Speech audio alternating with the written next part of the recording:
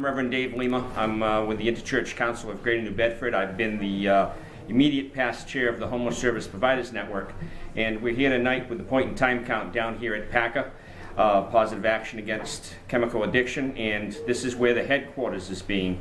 Where we're actually starting the point in time count to try to find all the homeless we can in New Bedford.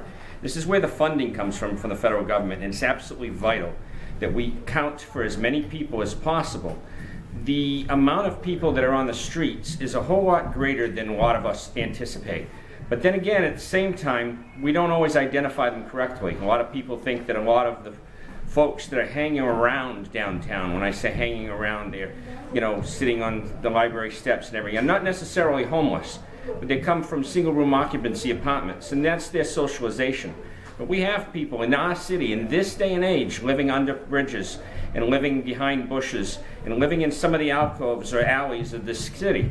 And we have to be able to find them so we can get the funding that is necessary. Behind me you have the board, the point in time count board.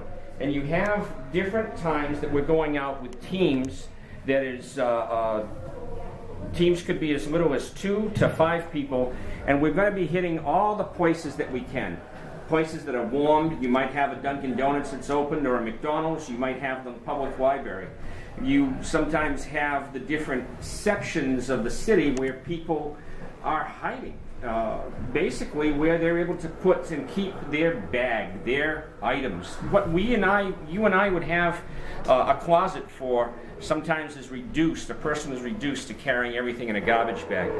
This is where we as humanity have to step up and try to help each other, and that's what we're trying to do in the community. So we have about 50 people that have already that are volunteered to do this point in time count. It's a very cold night. It's going to be dropping into teens tonight. And so being able to identify people might be a little bit easier because they're going to try to find a few warm places. At 2 o'clock we started. We're roughly at 6 o'clock now, and we've already got 20 surveys in. Now surveys, that's one of the banes of this. The government wants data. Data is key in order to be able to get funding. But it's not always easy to get somebody who was already feeling the stigma and everything else of being homeless.